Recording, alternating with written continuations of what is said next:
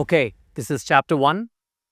To understand the book, Breaking the Mold, you have to understand the history of the Indian economy. And the history of the Indian economy begins right at the time of our independence in 1947. And all the way up to 1991, we were a socialist country. We'll break it down. Pavan, to understand this book, we have to go back to Raghuram's mind. And he's seen India change through the decades. He's understood the economy being the governor. He sees great potential. But for the kids to understand what he writes about, we have to look at 1947 and all the way up to 91. We were a socialist country. Where do we begin? How did things change? The Indian economy, was it centralized from 1947 to 91? Would you put it that way? Again, put it in context of money so that they understand. Sure. So if we look at 47, right, and we have to appreciate that the founding fathers were influenced by the Soviet thought process, and that led to the 5-year plan. And so we had the 5-year plan, which we continue to follow even today. Do we? Yes. So every 5 years, so every 5 years you plan, you keep planning for 5 years. What has changed, of course, now is that we are able to plan much longer, right? We are able to set policies that are not just nimble, we change quickly depending on what the global economy requires us to, but we are also able to lay a path, say for example, up to 2047, right? The Viksit Bharat plan that we have. But from 47 onwards, if you'd see, while we started as a socialist... You mean 1947? 1947, while we started as a socialist economy, we had our own reasons not to go down the capitalist path. One, we were not a very rich country. In fact, we are a poor country. Very poor. Very I think we were doing, 2% of the world's GDP? Yeah, we had been looted completely, right? At from a peak of about 30% of the world GDP to less than 2%, with zero manufacturing ability, right? Because all of that had been taken away from us. Okay, quick context. When you say 30%, we were that in 1750. Yes. 30% of the global economy was Indian. Correct. And 1750. Correct. That was the power of India. Power of the speaks. Right. But that's changed in 1947, where the colonial rulers had exploited us. Right. The British had exploited us, and our self of entrepreneurship, yes, or our power of being entrepreneurial thinkers was gone. Absolutely. So that was taken away, and we were at zero, so to say, as a start with, right?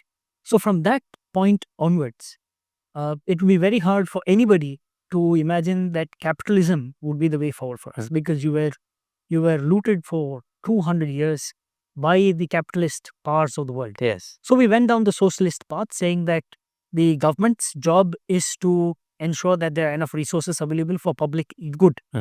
But unfortunately, we did not make the change when it was needed, right? So we continued to be a socialist, a quasi-socialist economy for a very long time.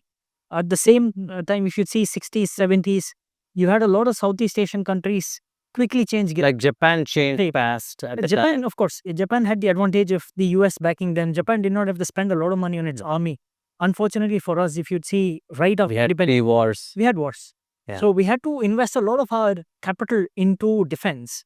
Japan, backed by US, who said that we will take care of your armed forces. You don't need an army of your own. Even today, they don't have an army. They only have a local police, they say, right? So Japan was able to divert all of that money towards R&D, towards industry, towards education. But other Southeast Asian countries, if you see, you can see Vietnam, you can see the example of Thailand, Malaysia, of course there's China. They were able to switch gears and say, okay, while we were socialist or while we are communist countries, maybe this is not the way forward for our people. We need to become capitalist. We will have to open our doors to the world. Let them come and invest. It was a non-exploitative form of capitalism by now. Correct. Fueled by bank expansion, which means banks funded a lot of the domestic businesses, right? That's how they grew. Correct. And also, I think by then the world itself had changed, and maybe the colonial powers did not have the strengths to exploit. Yes. Right, if I had to put it that way, right? Correct. A lot of the manufacturing moved into Southeast Asia. Correct. And US then took the dominant role. The good thing is that the US, the role that the US played was that we will ensure that manufacturing or the production takes place in other countries. Yes. We will back them. US continues to be the largest importer for you. Yeah. We will buy your commodities. and the US dollar reigned supreme. Yes. Right. As an exchange rate, Correct. it's supreme. Yes. And the US created all these treaties with various countries across the world.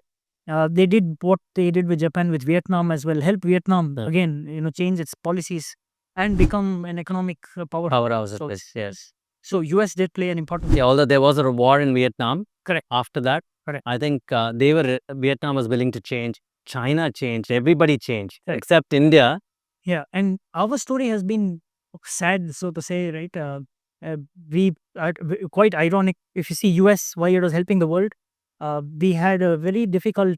We had difficult ties with the US. Yes. Even till the 70s. Complicated. Yeah, complicated ties with the US, right? It's maybe in the 80s things started changing. At least till the 70s, we were still dependent on them for aid. Food also till the Food, 60s. correct. And actually, it was their hubris which led to the Green Revolution in India. Yes. And said we will not depend on anybody else. Correct. We'll be self-sufficient when it comes to grains. So different points in time in our history, what has happened is we have not made the switch when it was needed for different reasons, and we were stuck Absolutely. for a long time. Let me just interject, because whatever we mentioned so far, if students have got so far, the complexity that is India. Key words to remember. We take the socialist path, which means we are a collective, Right. that the central government plays a major role in protecting communities and in ensuring that education is available to everyone. At least we try. Healthcare, right? It was all centralized. Most of it was centralized. So sorry, just Go one point here. So we had the center and the state. Yes. Right. So when we say centralized, education and healthcare are state subjects. Correct. But you're right, they are centralized within the state. Right. Unlike let us take a Southeast Asian country. Right. Let's take China. Unlike China, this decentralized most of these activities at the municipality. Yes. In India, except for Kerala, I cannot think of any other state where the municipality has the power To take that the decisions. state has. Interesting point on this subject. We are a centralized state where center is powerful. Correct. It gives liberty to the states. Therefore, constitution as state subject and union subject. Correct. Right? It's a union subject. Correct. Right? It's very important you commerce students know this. Yes, absolutely. There's a union list and there's a state list. Correct. So then you can argue that if states had the freedom, were we really socialist? We were socialist because we didn't have the freedom of enterprise. Businesses, which is, now we talk about the second term, which is capitalism. Capitalism is about any one of you with ideas can go to a bank, raise money, build a manufacturing plant, and find a market. In the book, Breaking the Mold, he talks about demand and supply, that the manufacturers in the US created that. In India, business was meant only for a few large firms, correct? Correct. It was the Tatas, the Birlas, and a couple of other firms. Correct. Right? And these key terms, socialism, why we went socialism? Pavan sir's answered that question, because we were exploited by the colonial powers. Yes. Second, why did we not move to capitalism? Is the very reason, which is of the exploitation. Yeah. So the second reason is the socialism. Sorry, the socialism was because of direct consequence of our ties with the USSR, the Soviet Republic. The influence. They called it a republic. Correct. But it was not, right? Yeah. So we did not make the switch to capitalism as fast as we should have, as fast as other countries did. We also have to understand that India is an extremely complex country. Yes. We are not a Vietnam. We are not an Indonesia. We are not Yes. Philippines. Right? They are small countries. You can Many see cultures. Absolutely. It's very difficult to govern a country as large as India. Mm. Secondly, we also, at a political front, there were mistakes that were made. Yeah. Right? You had the central government dismissing state governments. Yes. There was no continuity. There was no collective decision making. Right? The power was fractured.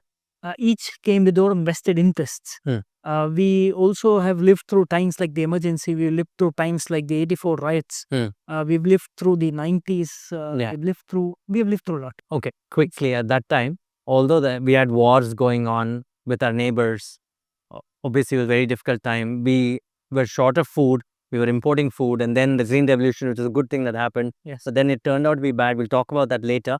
So again, kids, you have to remember socialism as a term. Why we went to socialism? Because of the exploitation of colonialism. And then now we are capitalists, but more on that later. But we still carry elements of socialism. I'll talk about that in a bit. But you'll also have to realize that India's 5-year plans were meant for manufacturing. where the large public sector firms came about. Quick thought on this before we move to the next chapter, because we were so dependent on government jobs, government firms. 1991 changed all that. Yeah. You have to answer that for me, please. Sure. So 1991, in a way, we were forced to change. Yes. Right? Of course, P.V. Narasimha Rao ji, Manmohan Singh ji, and the whole team for sure did a wonderful job. They took some very hard decisions. But we have to also understand that we are forced into a corner. Our current account balance was very enough to meet about 2 weeks of imports. Yeah. We were in that bad a situation, right? Again, key term, balance of payments problem. So we were in a terrible situation. We were in a terrible situation because we did not allow foreign companies to come and invest. We were guarded. Our tariffs were very high. We had no manufacturing units except for the public sector units. There was hardly any innovation going around, and innovation, in fact, was not encouraged. Right. So we were a bunch of agriculturists and traders for a very long time. Absolutely. And even the ones who were wealthy wanted to protect their wealth at any cost. Absolutely. So 91 was a time when we had no option but to make these changes which are forced upon us by the IMF, the International Monetary Fund. So they said, we will lend you money, we will give you financial assistance, but you need to agree on to these terms, right? And what were those terms? Which is now it's part of our history books, right? Globalization, liberalization. So we had to open our doors to the world. We had to allow foreign capital to flow in. That is FDI, foreign direct investment. We had to liberalize our industry, meaning we had to get rid of the permit Raj, license Raj, encourage investments. And since 91, thankfully, our economy has seen a very different change. The last point that I want to mention, if you compare with China, which is what the book also does. We're going to talk about that in a chapter, yes. If you see, when we had gained our independence, our per capita, China and India was almost the same. China started opening its doors in the 1979. Correct. Late 70s, 80s. Deng Xiaoping was the architect. Yes. Very interestingly, though they were a communist nation, which is 2 steps more rigorous or regressive as compared to socialism, right? Deng Xiaoping very smartly found his own way to embed capitalism into communism, right? Yeah. That's fascinating. We'll talk more about that because the kids should know it. For you kids, again, summing up this chapter quickly, we talked about key terms: socialism, capitalism, balance of payments. We talked about why India focused on manufacturing but really didn't grow because of our protectionist nature. Let me give you an example why it was protectionist. Because they never matched the supply with the demand. Sorry. Did you know, you kids wouldn't realize it, I remember it, we had to wait for 2 to 4 years for a watch. The watch that you buy today, we had to wait for 4 years. The scooters, another 2 to 5 years. Scooter, if you wanted to buy a scooter, you had to wait 5 years. You put it on the list and the government decides when the production should happen. Phones. I know we all have mobile phones. I'm looking at it. 5 years for a phone. Sorry, you had to get a phone, wait, and you had to get the connection after the phone. Yes, the connection. So there's a difference, right? Many of them may not know. So you get the instrument, you have to wait for that. Then the connection. But the instrument needs to be connected now, so you have to wait further. And imagine, we're living in a connected world where we're reaching out to so fast, but in those days it was years. Correct. Imagine the patience that the older people had, right? So thank you, parents, for that. But again, this is the end of the first chapter. If you like it, please like, subscribe, share. Share it with your friends who have to know these key terms. Thank you, guys.